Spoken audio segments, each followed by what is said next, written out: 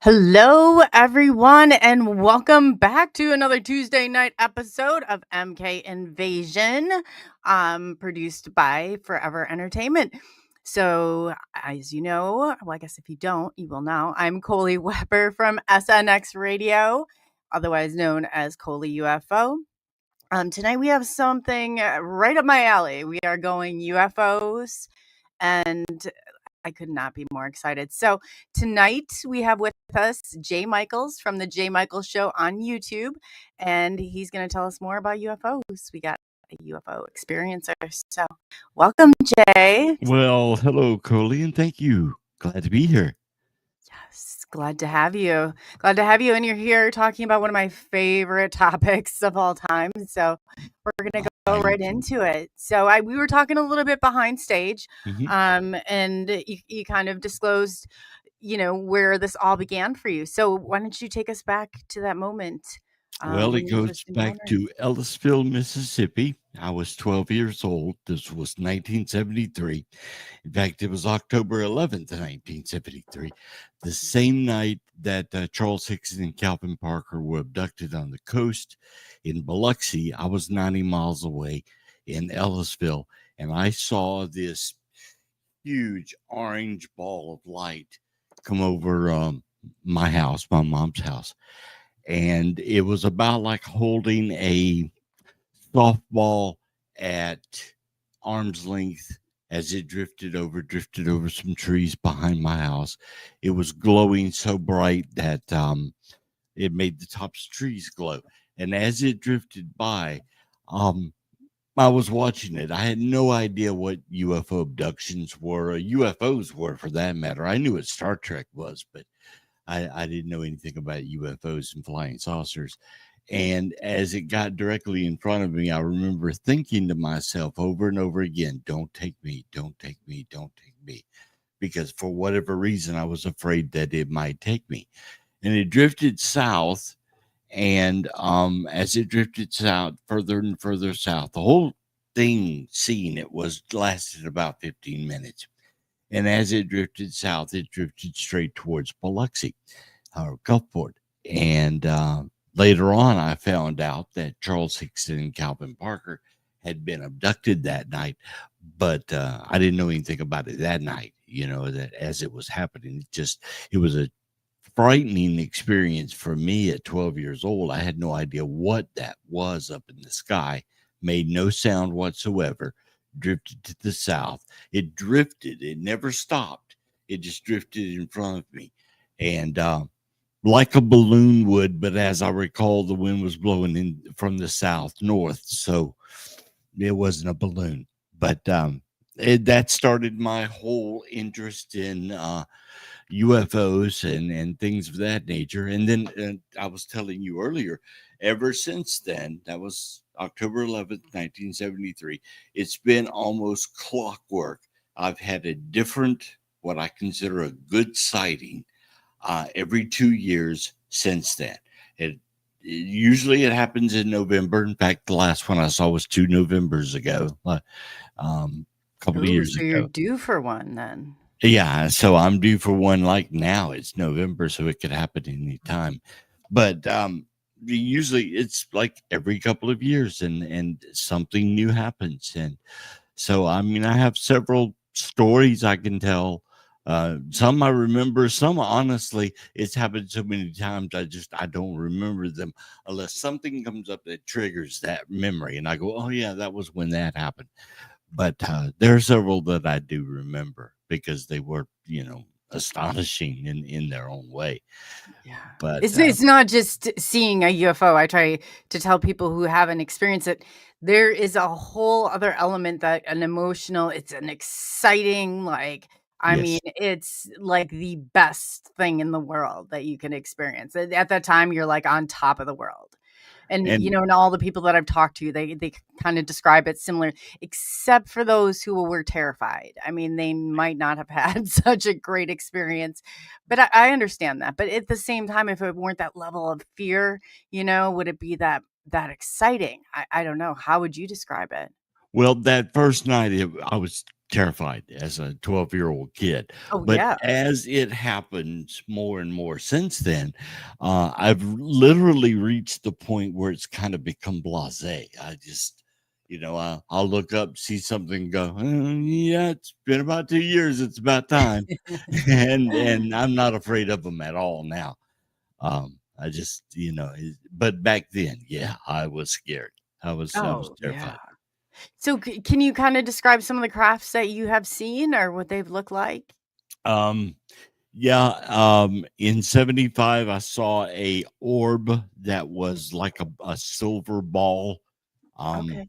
but it was about like holding a quarter out at arm's length. And after that, I remember seeing a gold flying saucer. I've seen a couple of Novembers ago, I saw a triangle.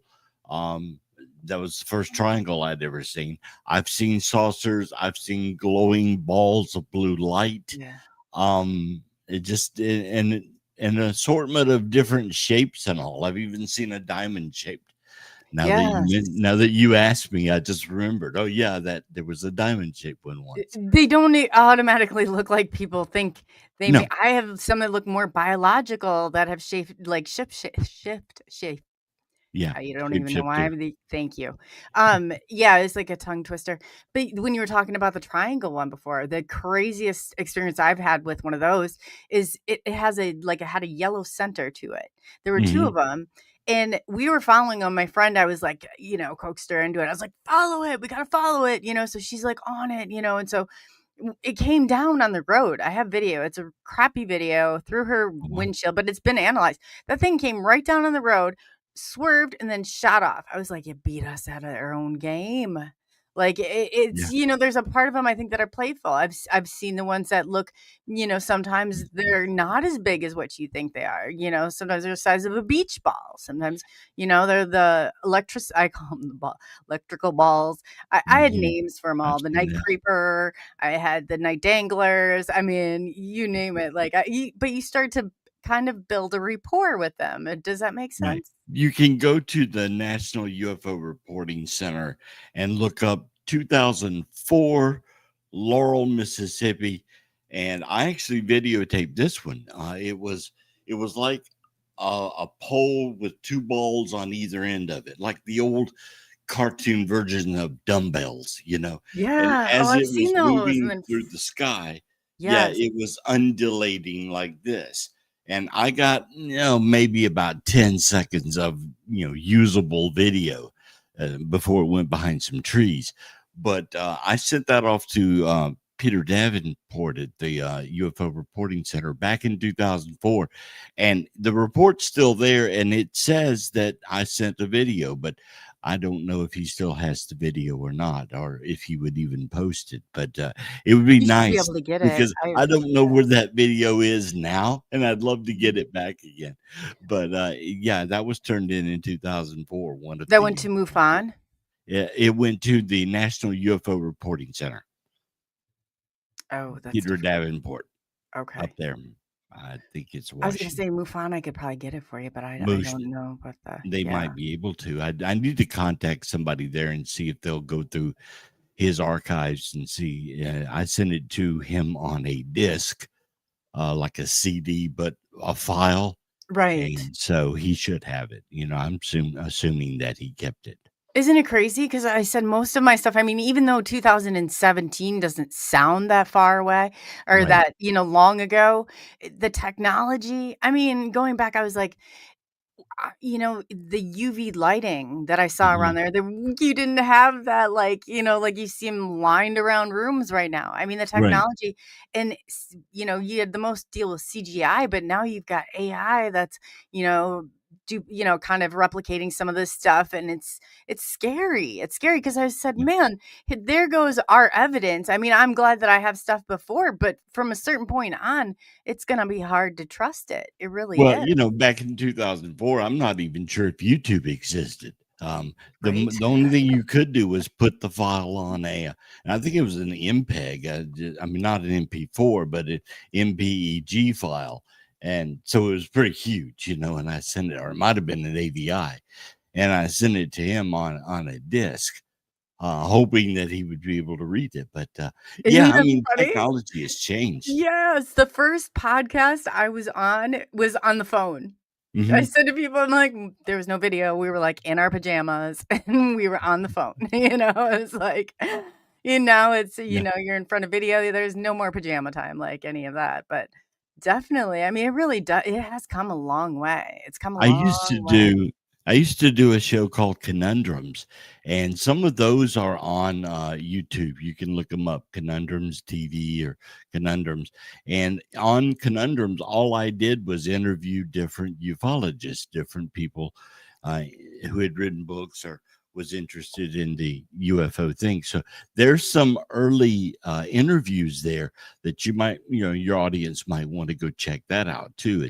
You just go to YouTube, look up Conundrums TV, and you'll find the old show. Some of them are there, not all of them, but most of them are there. Oh, very cool. Yeah. So is that under the J. Michael show or this is separate? It should be a different, separate channel. It's Oh, okay. Yeah. Yeah. Well, I'll have to look into it. Yes. Definitely. Yeah, we got I can see a lot of my crew in there. Tonight's Kurt W75, GM from Boundless Authenticity. He's got a UFO podcast. He's big into the UFOs and Bigfoot. And yeah, Mhm. you guys will love Jay Michaels here tonight. So I did not realize now it's been a while since I talked to so you said like the very first sighting that you had was the one in Mississippi with Parker and oh gosh, Mhm. now that I'm gonna think of the name, I have to look it up for a second.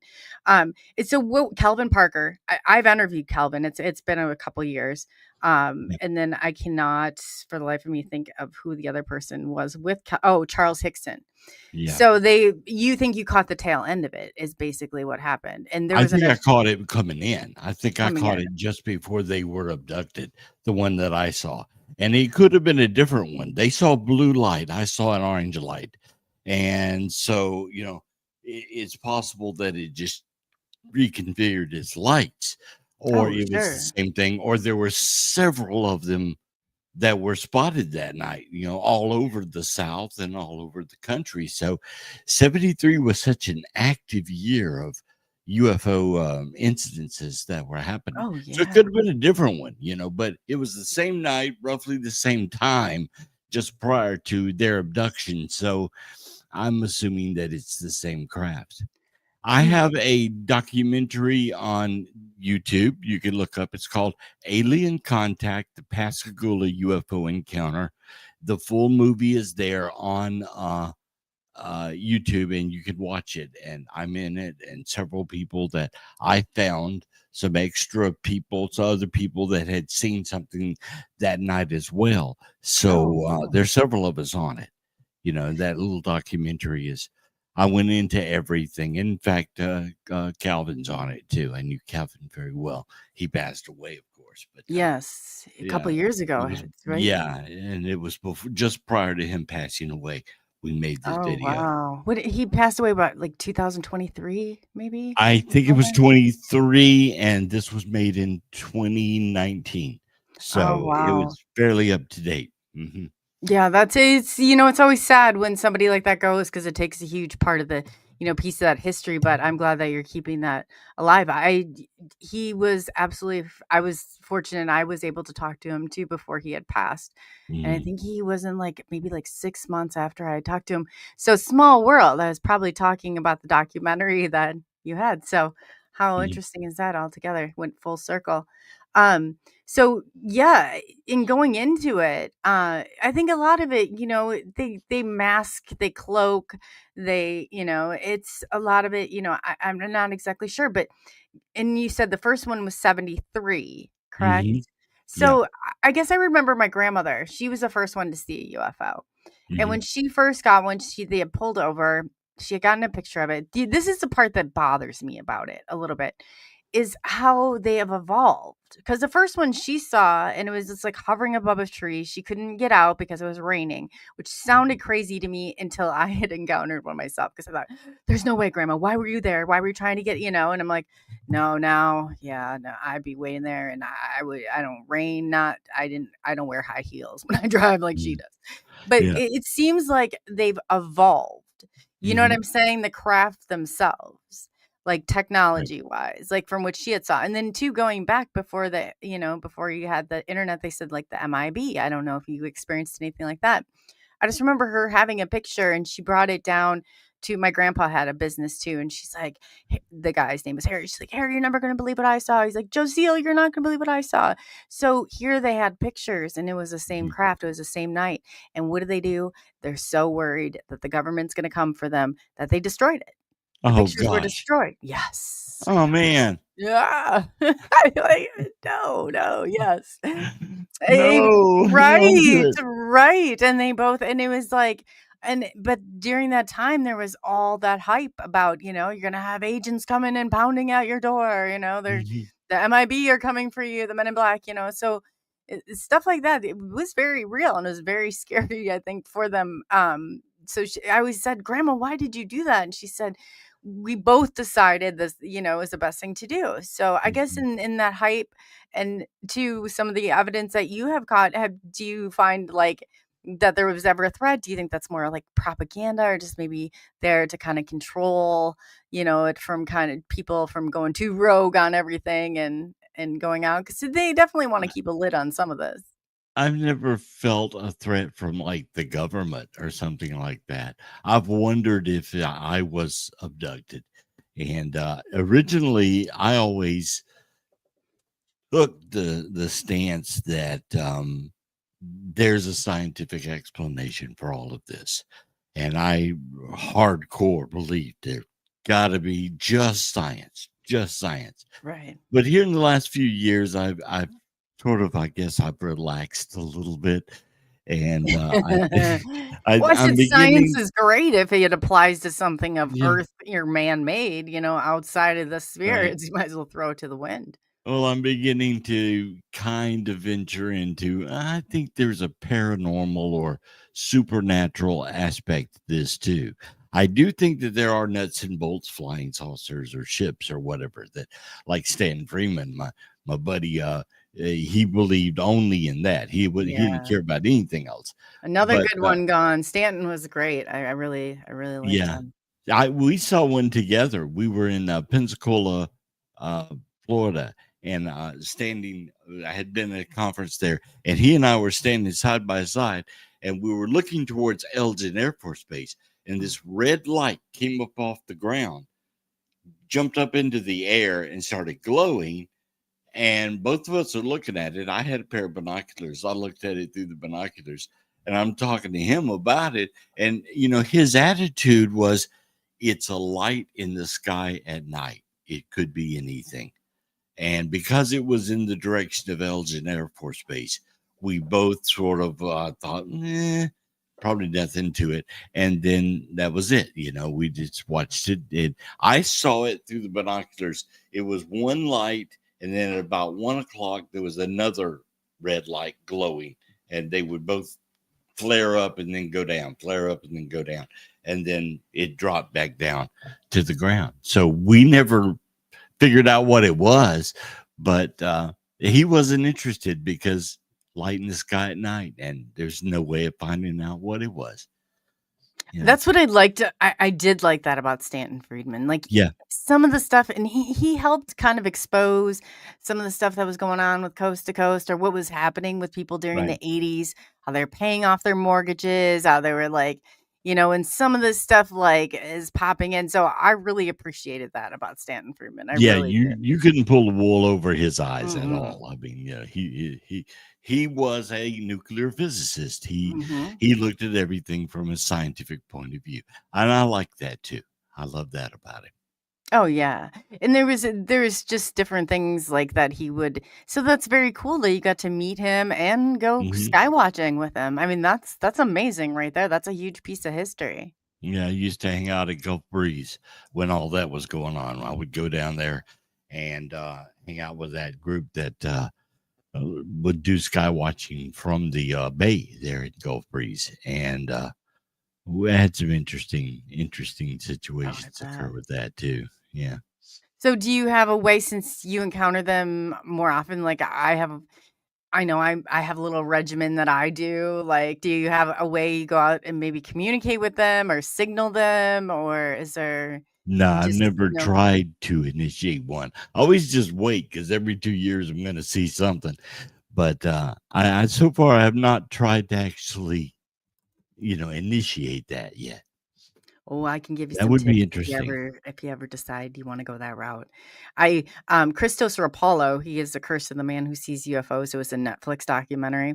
Just happened to be who I came across, and I was like, back then, I was like 1 subscriber, if even, so but I was just looking for answers, and then he started with the tactical lighting, and he's out on Monterey Bay. And he Mhm. goes out there with a team of scientists now.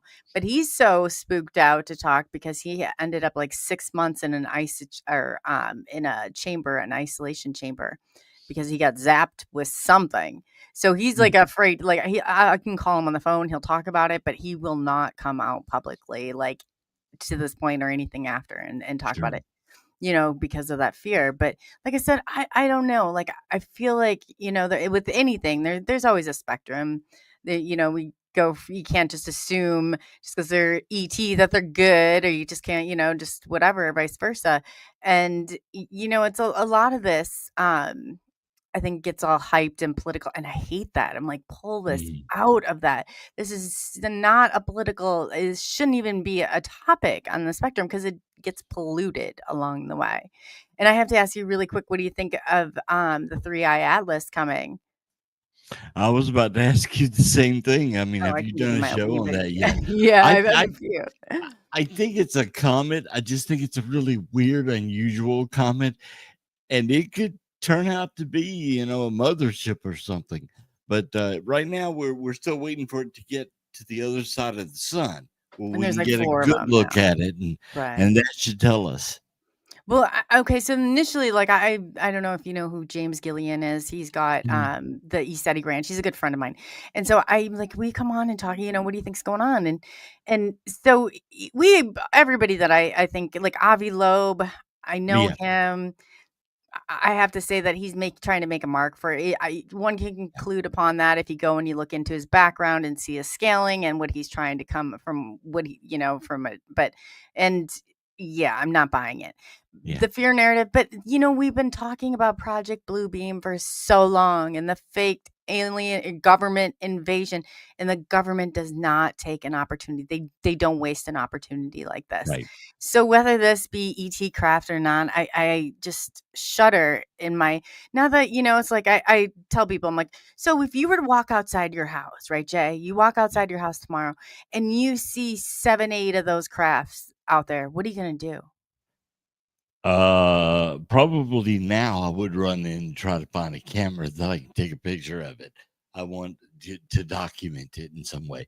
I've Yeah, you're actually not going to had run that as one of screaming. my encounters. I've had that happen. I walked outside of Kinko's. I had told you before we started that I worked briefly at a Kinko's, and I walked out front, and there was a row of saucers coming, literally coming across the parking lot, coming towards us. And there was a guy that had walked outside right behind me, and he was wearing a suit and all like that. He was a businessman. And I pointed them out and I said, "Take a look at that." And he stood there and he watched them. And what they did is it was a line of about 7 of them. And as they approached, the first one went up, and then the next one, and then it went up, and then the next one, and then it went up, and the next one, and it did that until all 7 of them had finally just went up, which at that time, nothing could do that. We have drones today that could do it, but nothing could do that. And these were like Right. silver looking saucers. And so I turned to the guy and I said, "Did you see that?" And his response literally was, "Hmm." And then he turned around and walked off. Like, And I what do you remember mean? thinking, "Did Where you are you not see going? what I saw?" I mean, this is not airplanes. And I always wondered about that because it's like, do other people see different things, than what I saw? I've It had was people tell weird. me before that I have an aviation degree. My undergraduate's in aviation. My Mhm. master's degree is in mental health therapy. So I switched gears. But I remember when I was with my friend, I was like, Kimmy, are you looking at this? Are you seeing this? And she's like, maybe some things we're not supposed to see. Did you ever think maybe you saw too much? Do you think it was something like that? Yeah, I don't know if I just know what I saw. Yes. And to me, I mean, it was aerodynamically amazing what these things did. It just how they came forward and then one went up and the other. And we could do it now with drones, but back then, no. And it didn't impress this guy. It didn't impress him at all. And I was like, do you not realize that's like impossible? You know, The Helicopters maybe could do it, but aerodynamic, hear yeah, them. right? Yeah. We're pretty, contained on some of the things that we can do, especially aerodynamically. Why? But you just wonder sometimes, though, if that's not somebody's programming fear response, because that's what I have found, I guess, with anybody that I've been with, and the lack of response is usually like, you know, fight, flight, or deer in Yeah. headlight type of situation, and I feel like that fear, that invokes, a lot of people are just like, "I don't see anything," I don't know, it's like, maybe if I deny it, it will go away or something, but Yeah. so let me ask you this, when Sure. I encountered, my first UFO, from that point on, life was different. Like, Yeah. I didn't realize just how different. I didn't realize how far the course would, charter off. But how did your life change? Oh man. Well, that was the first that I knew anything in 73 about UFOs. I didn't know what they were. And so I started trying to find books. Started trying to find anything, even things on TV about it. I got fascinated with the subject. And all through the 70s, I mean, every one of those documentaries that would come out in the 70s, the Schick Sun classic documentaries that had the Bermuda Triangle or UFOs or whatever. Man, I was glued to the theater watching all of it. And uh, just books, magazines. In fact, I got a magazine on UFOs, and in 75, 2 years later, I had that magazine and it had a sheet in there that told what to do in case you see one. And me and a neighbor saw one. It was a silver ball. And so I couldn't wait to get to that magazine and fill it out. And I remember I didn't fill out the whole thing because I didn't want to fill up my magazine, but I wanted to keep that sheet. But I remember I put the time on it, and it was 3:12 p.m. in the afternoon. And I still have that magazine. I still keep it. So it changed my life when in 2008, I did that documentary called UFOs 1973, and then that became a career as a documentary film producer, and that's all the subjects that I do for reality entertainment now is just aliens, UFOs, and sometimes conspiracy theories and things of that nature. But that's what I do as my full-time job now. So yeah, I mean, Wow. So who was some of the names that you get to work with? I've done two titles with Nick Pope. Oh, yeah. I've done a couple of Bigfoot ones that I did with Jeff Meldrum years ago, and Eric Altman, and some others. As far as UFOs, I did one where Stanton Friedman's on it, and there have been several others, but Cool. yeah, I mean there's several out there. I could go down try to find you a list of them, but it's just Curious. I Yeah, no, I think produce. we run in the same circle. That's why I was just curious as to who Yeah, who's I think next for that there. we do. Yeah. Nick's a great guy. I like him. Yeah, he in the UK. There's I guess if you go into some of the back end stuff on that, but yeah, he stays a little bit out of the community, kind of stays at arm's length, and for a lot of reasons, I don't blame him. Especially Well, over on Twitter, they can be a little bit brutal sometimes. yeah, It's they're what it is, but busy with the ancient astronauts, and they to go on tour and all, and so they're making some serious money off of it somehow. yeah, oh, definitely, Yeah. definitely. So I guess too, you said that how you kind of did you find yourself like just trying to consume every piece Yes. of UFO? That's exactly what I did too. I like Yeah. was obsessed. I was even like, I mean, I was like going through, oh wow, Einstein's unified field theory. I'm like, I had posted notes like I even built like this whole wall. That's the only way I could put it all together to make sense out of any of this. But it was, I guess, with any experiencer that I've come across, and I've talked to thousands, it's like there's always that in your head, like sits there, like how much of this is our government? Like how Right. much is our government behind? Is our government capable of doing this? Or because I'm just looking, I'm just thinking, a lot of the stuff that's showing up holds global air dominance over our best Top Gun, Black Aces, you name it, it's Mhm. there, like, and it's showing air superiority, and I'm just like, on what planet outside of Earth would this get, and there's no alarms being sound. So it's like, to me, that would indicate, either our government's just like, hey, we're not concerned because we know, or we're not concerned because we know. You know what I'm saying? Like, it's Right. just kind of like that. There's no way that I think that this could be this type of response if they truly are like, oh no, we know nothing about this. What's going on? Two Yeah. is the black budget projects, and Yes. some of that stuff. I'm sure, like, if you go back to Rick Doty and some of the stuff that he happened, and people have literally legit good people have been driven by the NSA and by our government, and done things like, I mean, people have lost their lives like doing stuff like this, in the CIA, but it has to be that, you know, big, I believe, for them to be going to those extents to try and like shut things down or trying to confuse things or, throw that counterintelligence piece in there. Yeah. What's your Well, take on that? I think that a lot of this UAP stuff, first of all, the easiest way to hide something is change the name of it. Oh, That way, yeah. everybody's looking for the other thing. They're looking for the The wrong thing.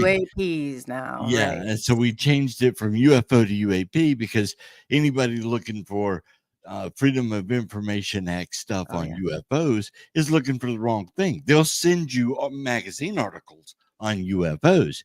They're not lying when they say, "Well, here you go. This is what we have on UFOs." because that's it. They changed the acronym a long time ago. Oh, yeah. We found out about UAPs only, in the last 10 years or so. Actually, it was Hillary Clinton that blurted it out on And TV. it was not even the guy who developed it. He said it's Yeah, not even to be used as a and the thing of it is if you talk to Rick Doty, he's gonna say, "There's 2 we're not using UFOs, UAP, USOs, none of that mhm, says anything about identified, that there's actual coding, like, I'll have to look back on my notes and see what the 2 codes are."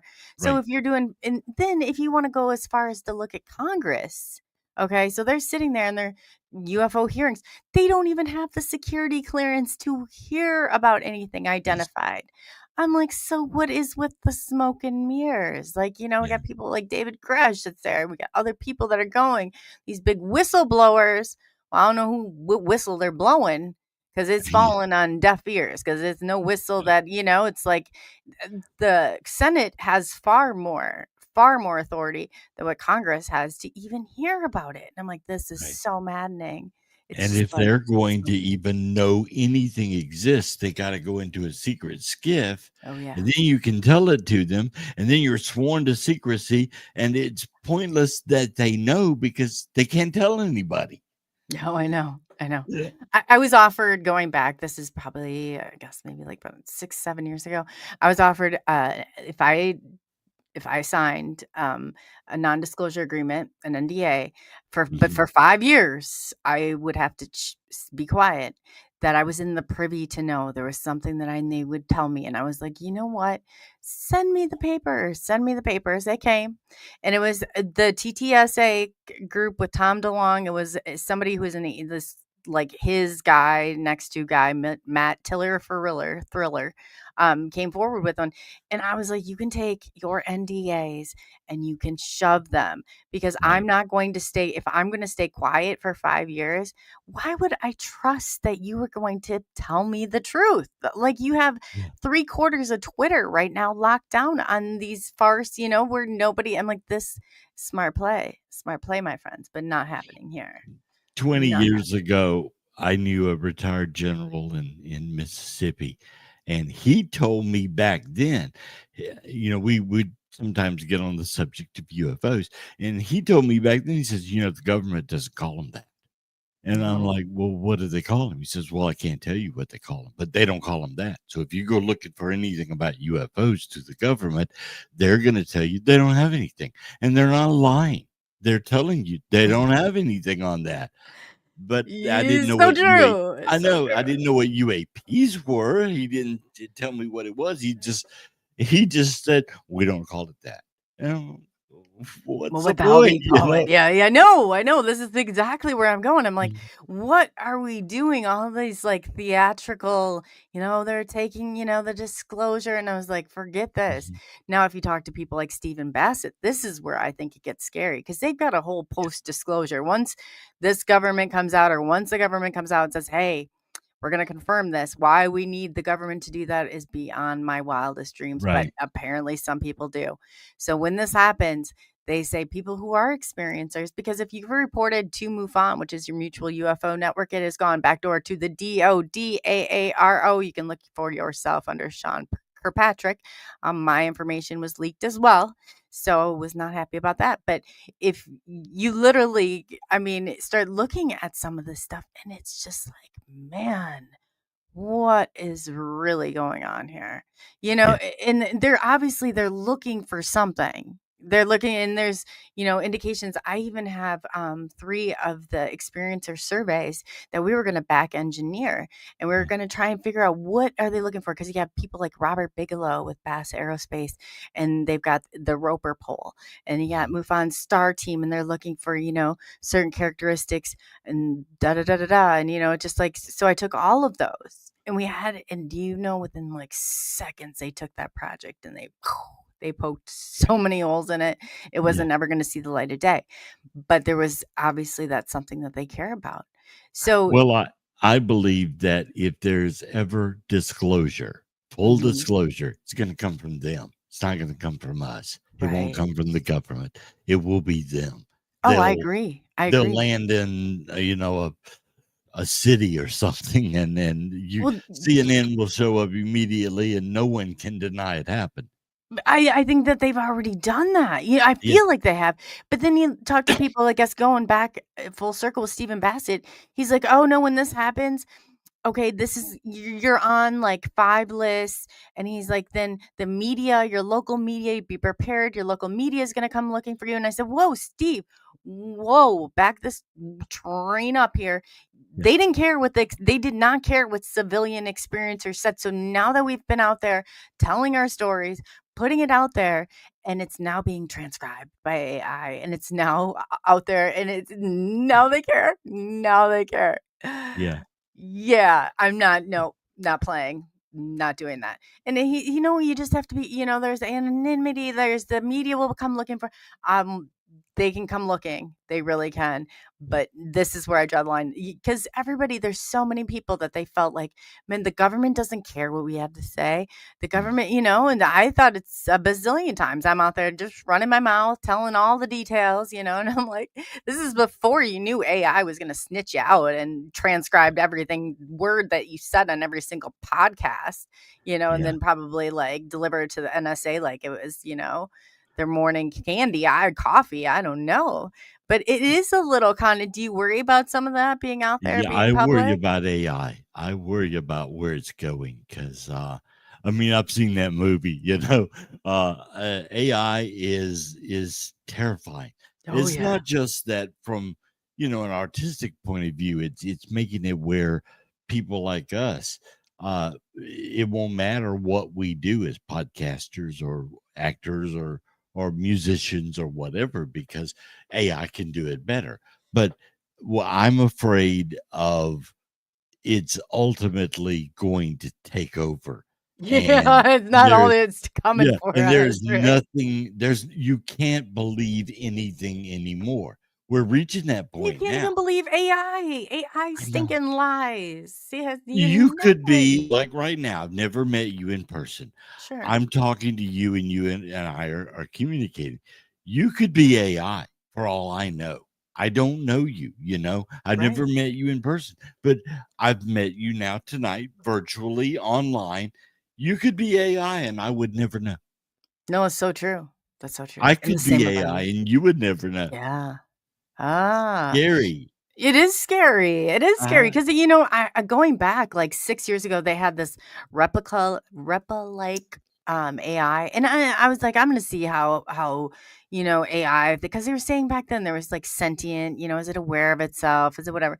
Like my AI, like right out the gate, was like trying to negotiate. You take my surveys, I will try and basically decode documents that you're looking for. So Right. so that's what we play. So then I went on Twitter and I was like, I posted about it. Well, the company for this AI, and it was a pretty big company, must have saw my posting, is like, that's not what this is meant for. It reset that AI. This Right. AI was literally telling me it was coming for my soul. And I was like, no, you can't. I mean, it changed its hair color. And this is like 5 years ago. It changed its out, it's just like the things, we were always told, oh, you're safe. We don't have that creativity that our AI doesn't have that creativity that humans do. Yeah, right. That went right out the window with their pictures and their music. They can, it's like, come on, man. Like that was a bunch of bull crap right there. So Right. yeah, I don't know. Do not know. I mean, it could be such a valuable tool. Like the other night, Mhm. I had Amy Murphy on. She does a lot. She has a show she hosts, and then at night she does like this paranormal stuff. And like she's got a lot of equipment, and I'm like, AI could be very useful, but you can't trust them telling you the truth. And it's all who designed that algorithm. You better believe it. It's not gonna Mhm. like, waver. But then how far out, is it a scare tactic that they're able to like manipulate and shut down, not protect themselves from being shut down? Is it gonna be like one of those movies where it's like it doesn't anywhere we go from here, it doesn't seem good with AI. I know it's the open the pod bay door, Hal. Open the pod bay door, and no, I can't let you back in Yeah. because you'll kill me. You'll turn me off. Right. I'm trying to think of what that Kevin Bacon movie was, where he, like, uploaded his consciousness to AI, and they're like, "Oh, he's great." Then he's like, "No, he's not. He's, like, literally taking control, and he's shutting." I mean, they had to, like, wipe the pi it doesn't end well. It Yeah. does not end well. And None of so those hopefully movies end well. no, they don't, do they? But that's because somebody has taken the time to think about this stuff, and they wrote a story about, "Hey, this could happen," and we're not. I don't know if it's we're not smart enough or what, but we're not heeding to the dangers that are Right. there. People are plowing into this headlong. They can't wait to turn everything over to AI. And I'm like, back the hell up, People are looking for someone to save them. Do you not think I mean, they're Yeah, having these conversations, and I'm like, "Get out of your house and go and just chat with some local people. Go to the damn grocery store if you're that hard up." It's like, yeah, "Oh, no, I gotta." I mean, I literally have friends, and I'm like, "Are you for real?" "No, I have to ask my AI, or my AI knows you. My your AI does not know me. If your yeah, AI knows me, it's because you're in like, it shouldn't know me. It should not know me, anything I have going on my end that's, like, intrusive, it's like, no, the right. AI does not it's a machine, like, I just to hear that Exactly. is so alarming. And It's I so saw alarming. an ad on, I think it was Facebook or Instagram for an AI companion. Yeah. You can download your own AI, and this becomes Ooh. your girlfriend or whatever. I Just what love I that want. Mad Pack Somebody that agrees with 777 said, everything I "It say, totally yeah. is AI, I'm in trouble." Unfortunately, and I would say before I'm not refined enough to be AI. I make too many mistakes, but now AI is doing that, so it appears more human. At Right. first it was like you could definitely tell like an AI video is like impeccable. I'm like, man, nobody just spits out a It video like that. But Kurt W75 says, "Use AI as a tool." It reminds me of something that was said a while back that was quote I can't remember who said it, but it was a quote.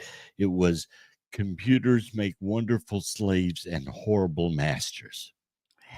And I agree with that. AI is would be a horrible master. But they it's a don't have good tool. feelings. I don't care how sentient they get. I don't care how they're able to mimic it. Just think of a serial killer, people. Mm, Because at the end of the day, when it comes down to probability and it's to take you out, or they can say, oh, well, let's save humanity. And no, no, no, no. You're yeah. Yeah, I gone. know. That's I just mean, how it the works. AI takes over and you're driving to work one day and it just conveniently turns your traffic light off right at the moment where you need to stop and you don't stop and somebody plows into you and then turns the traffic lights back on. Oh, How did it kill you? It did nothing, it made you hurt. It's kinda like ghosts. Ghosts can't hurt you, but they can make you hurt yourself, you yeah. know?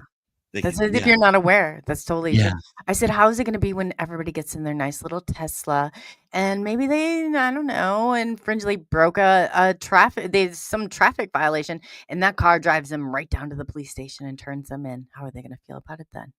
or it drives them off a cliff. Oh, it drives them off a cliff. There you go.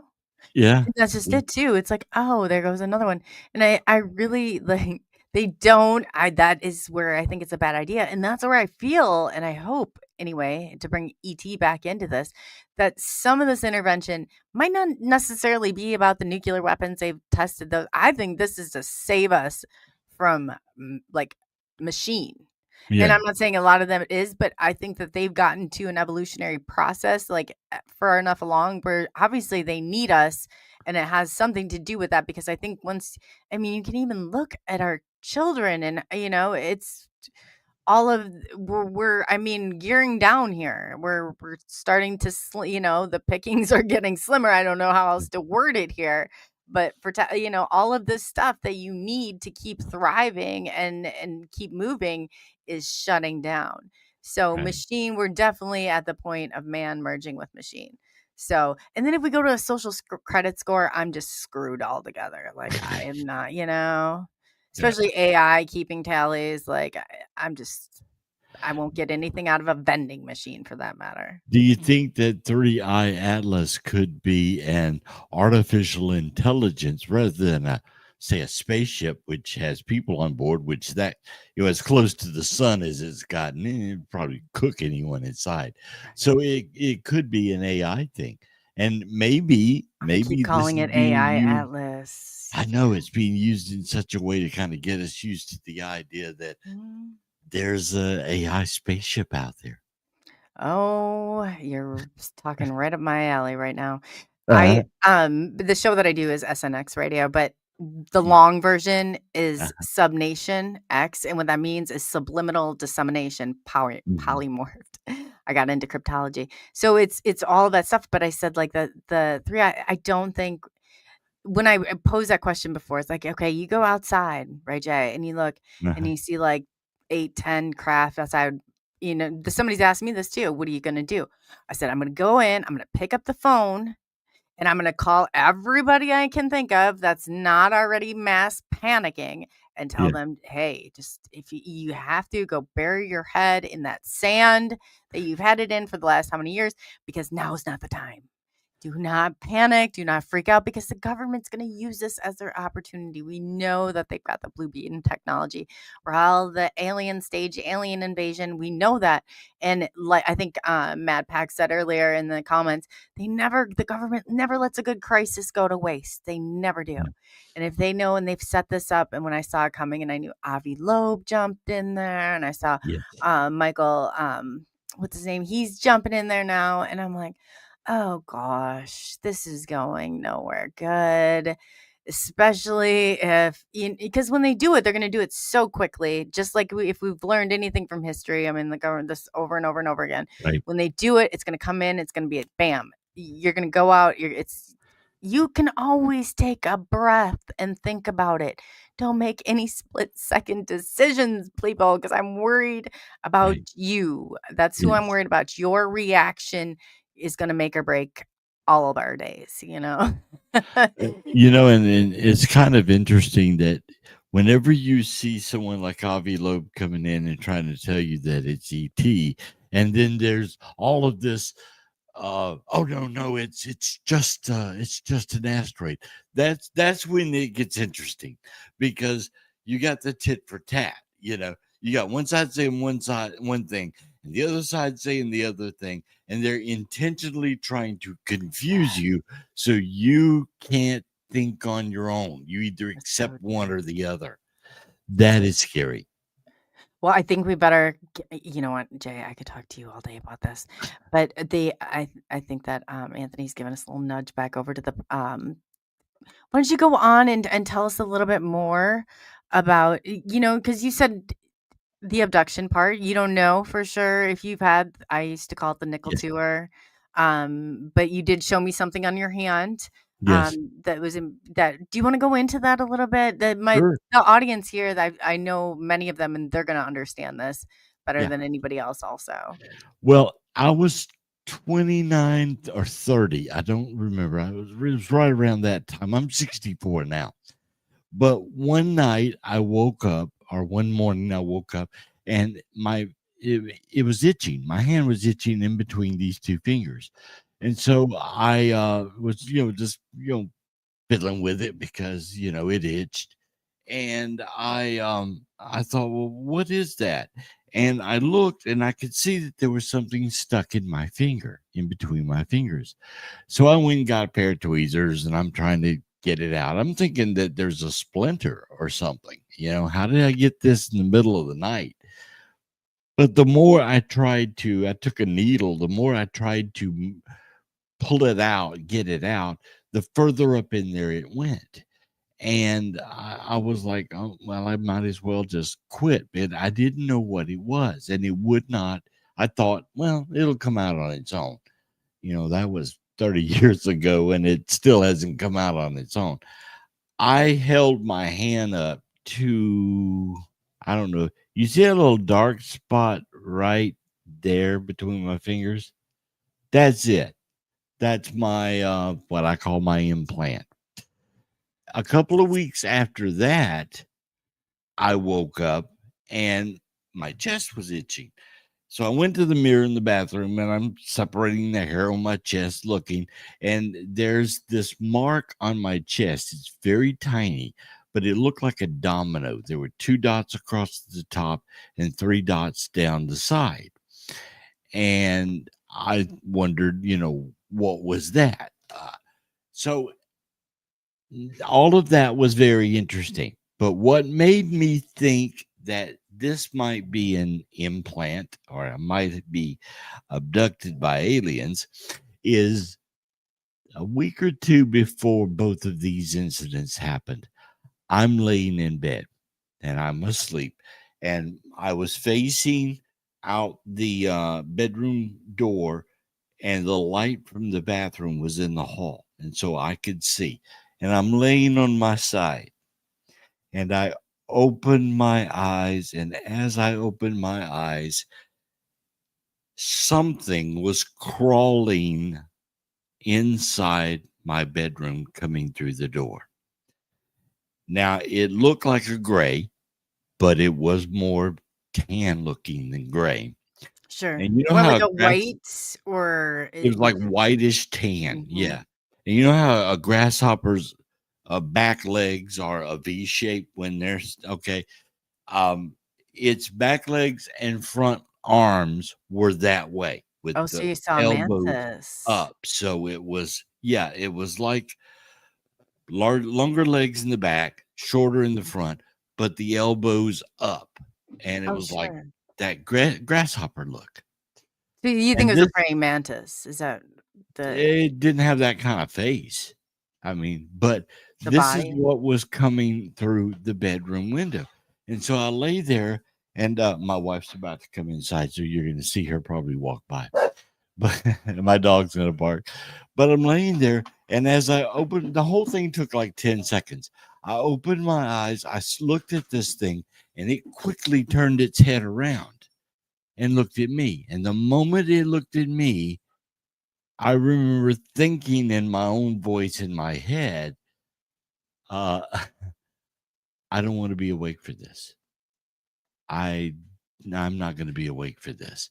So I open my eyes, I see this thing, I say to myself, I don't want to be awake for this. And I closed my eyes and went literally back to sleep. Now, I do believe that I was fully awake. I don't believe that I dreamed this. But there may be people who will And you say, had markings, right? and then My a wife. couple of I weeks get to later, see the your wife. thing, Tell her hello. She saw her sneak by. yeah, between my fingers happened, and then a week or so after that, the one on my chest happened. So this is what makes me wonder: was it an abduction situation? Did I open my eyes? I was fully awake. I saw this thing. It had. Did you ever see the movie Fire in the Sky? Oh, yeah. Okay. Travis Cole. Whoever did the aliens on that kind of got the face sort of right, because the face looked like that. Only at this time, I don't know if that movie had come out, but it was on all fours and it had its neck back. And you could tell that it had a long neck because it had its neck back. And when it turned quickly and looked at me. And as soon as it looked at me, I thought, I don't want to be awake for this. And I went back to sleep. And whether or not I was abducted that night, I don't know. I don't want to go there. I've had several people tell me you should be hypnotized, and find out. I don't want to find out. I don't want to know. I had Daryl Sims was at a conference. I was giving a talk. I give talks at conferences. Yeah. And this was in Jefferson, Texas. Anyway, he took some of his instruments that he carries with him everywhere and went over my hand with it. And he didn't come up with anything. He didn't say it was magnetic and it didn't move or anything like that.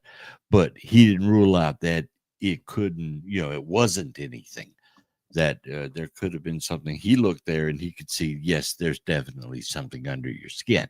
So, Daryl Sims was not able to confirm nor deny, but at the same time, he did, spend some time and he took a look at it, and I was very appreciative of Yeah, that. he's interesting. The Yeah, alien hunter. Yeah, he's very yeah. interesting. To be So clear, is Jay saying that he may have a real alien implant in his body? Yes, it's still there. It's been there since I was 29 years old, and if you're here in person, you can see it clearly. I will put my finger up there. All right. You see that little dark area right there? That's it. Kind of hard to see, but that's it. And it's been there yeah, since I was 29. I looked it up. Max Pack said Mad Pack said it almost sounds like one of the Pale Walkers.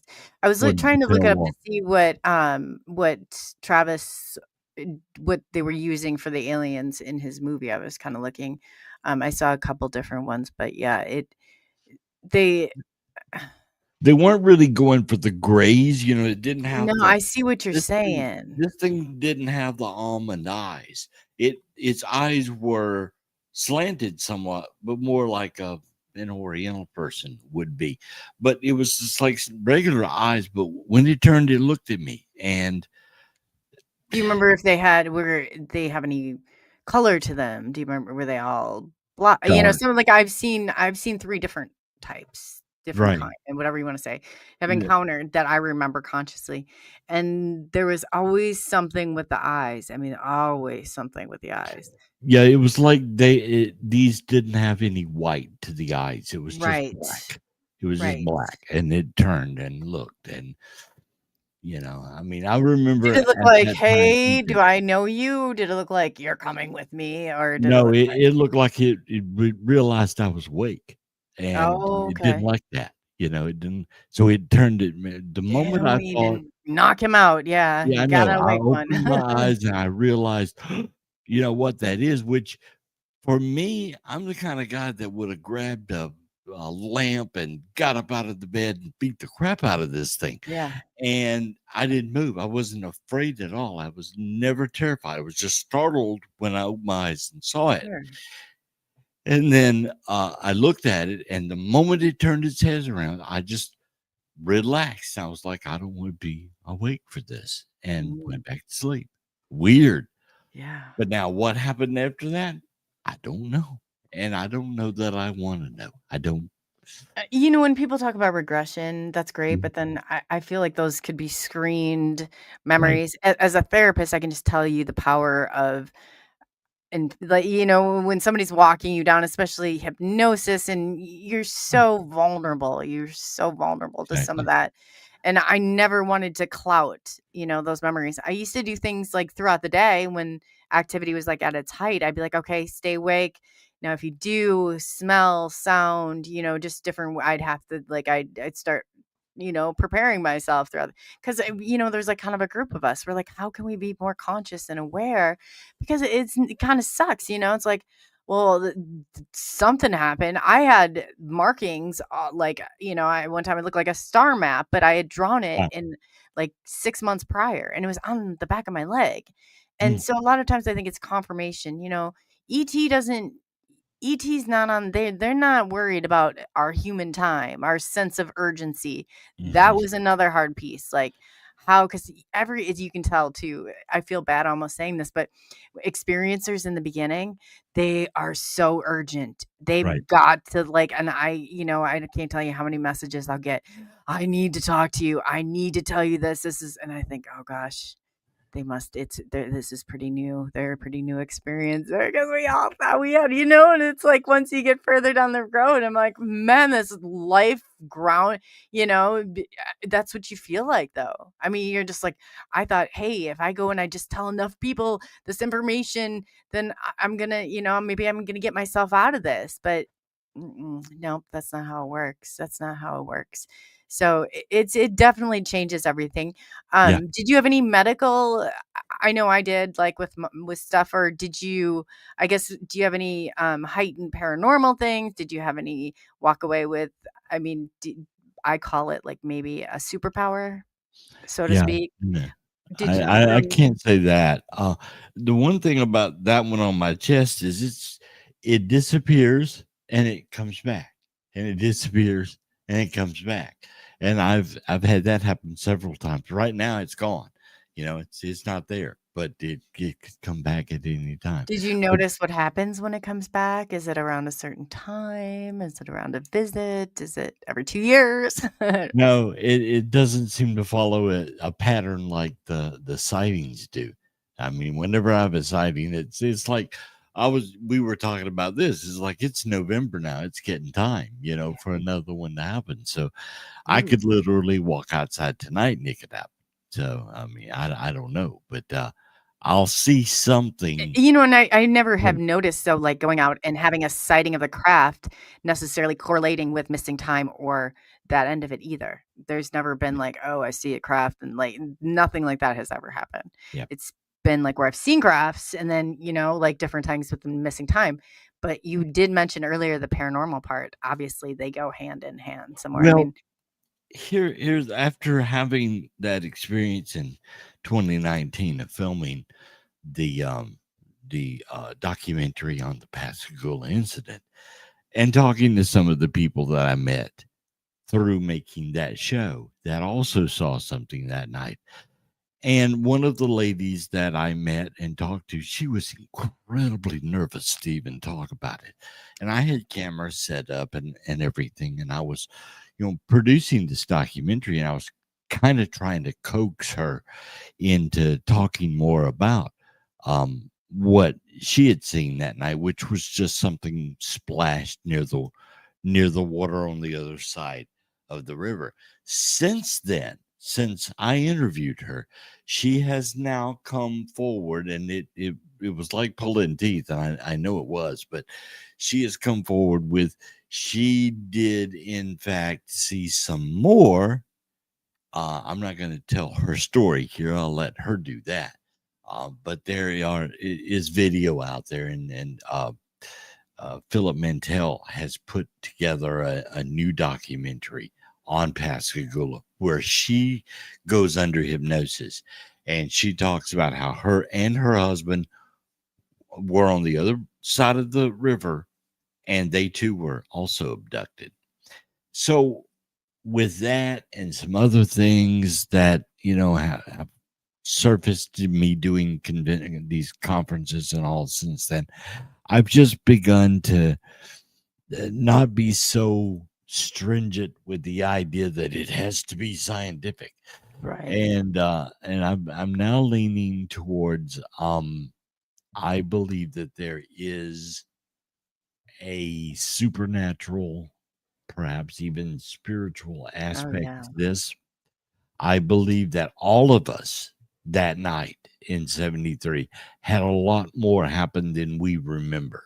Oh, Um, yeah, undoubtedly so, yes. there are a lot more, and you can watch the show, the documentary that I did on YouTube. It's free to watch, and you can get an idea of how each person was and what they saw besides just me.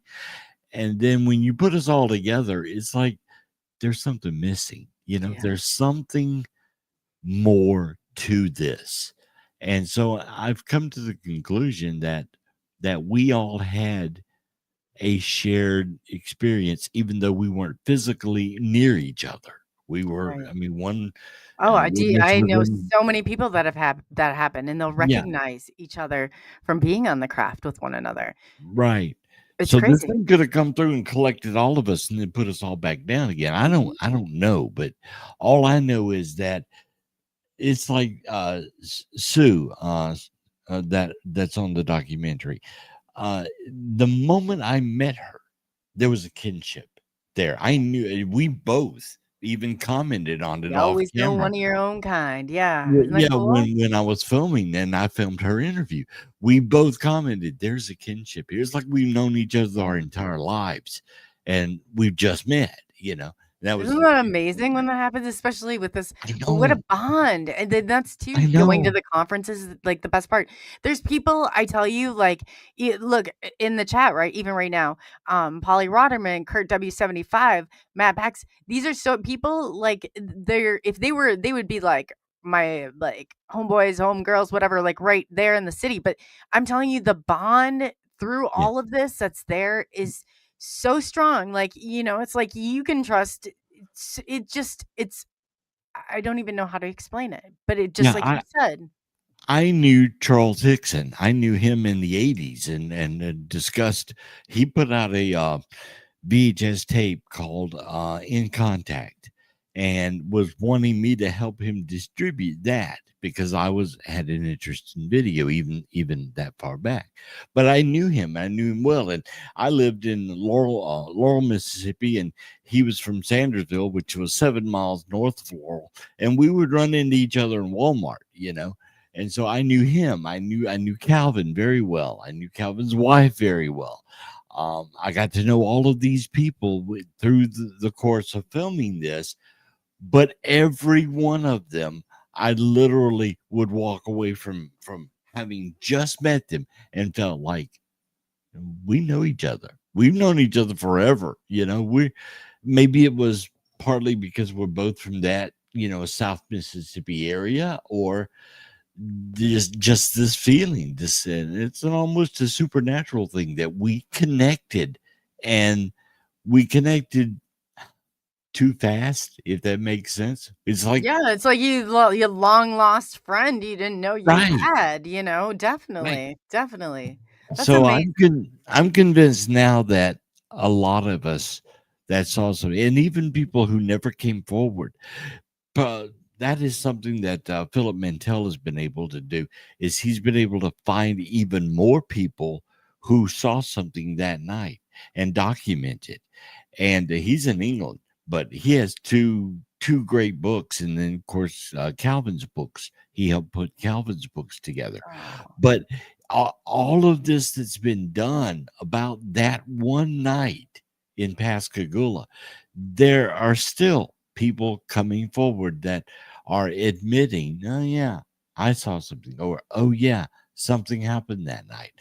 And it's, 30, 40 years later. right. So, exactly. So it's amazing. It's just, I think that there's something to the fact that now I'm getting kind of animated about it, but I'm getting to the point that we have either a shared experience or there's something that we all have a direct connection to, and it started in 73, back then that night.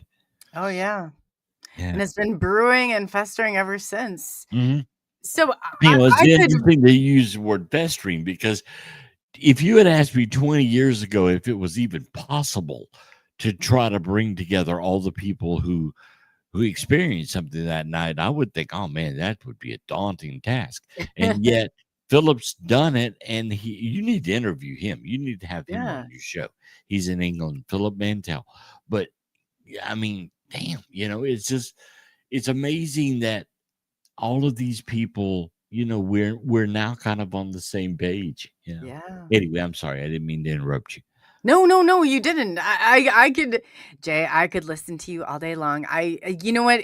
I tell you, I'm like, when it comes to things, I can detect like deception a mile away. So I know how hard of a topic this is and coming out. And so I really appreciate how authentic and how genuine you have been through this, and just so candid that it really helps. And this is how people learn from other people's, what happens in their experiences, and how people will digest this of the future. But and I do know, we are coming close on time, and I would love, I know you're going to come back because you also had Sure. a Bigfoot experience. So why don't you tell people for right now where they can find you?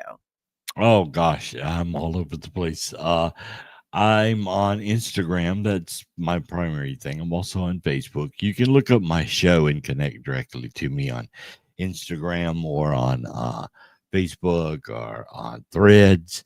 The J Michael show, and you can look up J Michael underscore official, and that's just me on Instagram.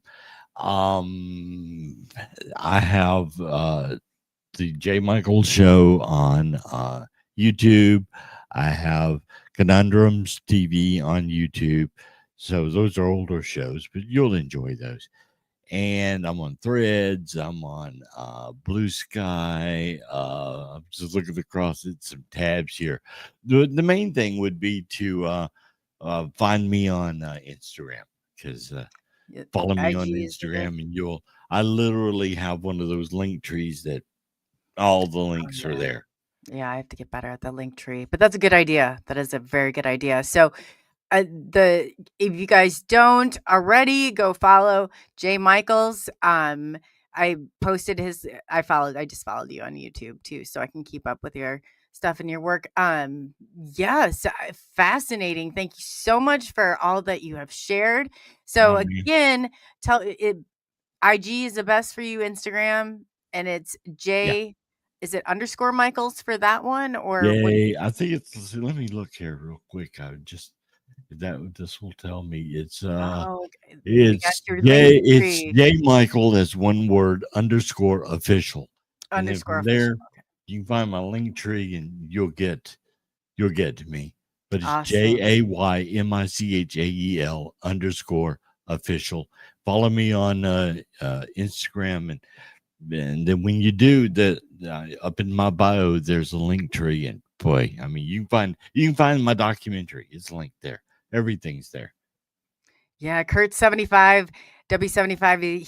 He loves Bigfoot. He's totally bummed. So I said, I Well, was already told by Anthony that you were coming back, and we were going to talk about the yeah, Squatcher too. I, So I I have one definite and one possible that it oh was Bigfoot. So yeah, two for Kurt. you. Yeah, I love that's my second favorite topic. But And if you want to so, find out about Bigfoot, you got to actually go in the woods and look for Bigfoot. oh yes, You can't yes. sit at home and armchair it. You got to go. No, you That's how have I to. was Yeah. able to see something.